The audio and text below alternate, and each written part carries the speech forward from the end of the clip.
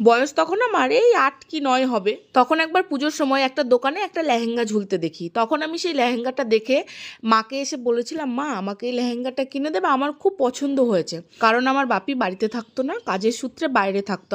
আমার মা আমাদের 2 ভাই বোনকে একাই মানুষ করেছে, থাকা বলতে শুধু আমার দাদুই ছিল।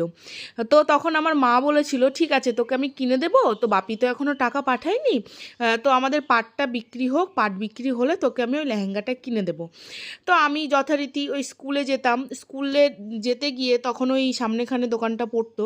তো আমি রোজ ওই লেহেঙ্গাটা ঝোলানোটা দেখতাম যে এখনও আছে কি না, বিক্রি হয়ে যায়নি তো, মানে এরকমটা ভাবতাম যেন বিক্রি না হয়ে যায়। বিকেলবেলায় দাদুর সাথে ঘুরতে যেতাম, তাও আমি ওই দোকানে ওই লেহেঙ্গাটা ঝোলানোটা দেখেই যেতাম।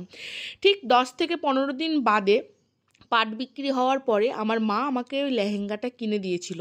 তখন সেই লেহেঙ্গাটা পেয়ে আমি যতটা খুশি হয়েছিলাম, হয়তো আজকে 10-15টা 20টা করেও আমার ড্রেস হচ্ছে, কিন্তু ওই যে একটা লেহেঙ্গা পাওয়ার পরে যে খুশিটা, যে আনন্দটা, ওই আনন্দটা আর খুশিটা না সত্যি এতগুলো জামা প্যান্টের মধ্যে বা এতগুলো শাড়ি গয়না কিচ্ছুর মধ্যে নেই। ওই যে সময়টা যে খুশিটা হয়েছিলাম, সময়ের সাথে সাথে কত কিছুই না পাল্টে যায়। ছোটোবেলাটা তো আর ফিরে পাবো না কোনোদিনও, সেই স্মৃতিগুলো নিয়ে আমি বাঁচতে চাই। তাই ছোট্ট একটুখানি ঘটনা আমার শেয়ার করলাম তোমাদের সাথে, কারণ ওই যে ঘটনাটা আমার শুধু বারবার মনে পড়ে। আমি যখনই পুজোর সময় কেনাকাটা করি প্রচুর পরিমাণে, তখনই আমার মনে পড়ে।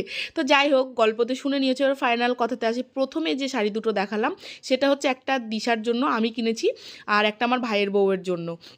আর এই যে দেখো একটা, মানে কি বলবো, আমি তো কি যে অপেক্ষা করেছিলাম এই শাড়িগুলোর জন্য।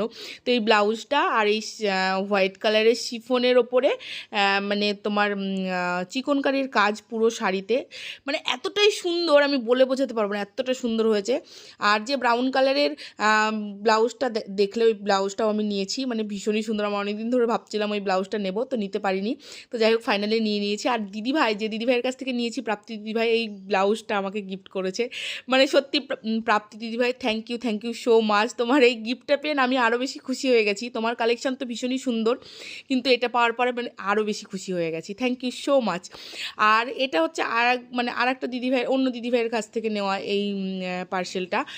তো পার্সেল বলতে এটাও শাড়ি একটা, যে হোয়াইট কালারের ব্লাউজটা নিয়েছি ওটার সাথে পিওর যে হোয়াইট শাড়িটা, সেটাও ভালো লাগবে। আবার ভাবলাম যে আমি একটু কন্ট্রাস্ট করে যদি পরতে চাই তাহলে একটা শাড়ি নিয়ে নিই, কারণ এবার দেখো আমি পুজোতে একটু অন্য রকমেরই কিছু ট্রাই করেছি, মানে শাড়িগুলো আর কি একই রকমের একঘেয়েমি সিল্কের শাড়ি আমি নিই নি। তো এই শাড়িটা আমার খুব ভালো লাগলো, সিম্পলের মধ্যে, মানে আমার এখন না সিম্পল জিনিসগুলো বেশি পছন্দ হয়। তো ওই জন্য সিম্পলের মধ্যে এই শাড়িটা আমি নিয়েছি।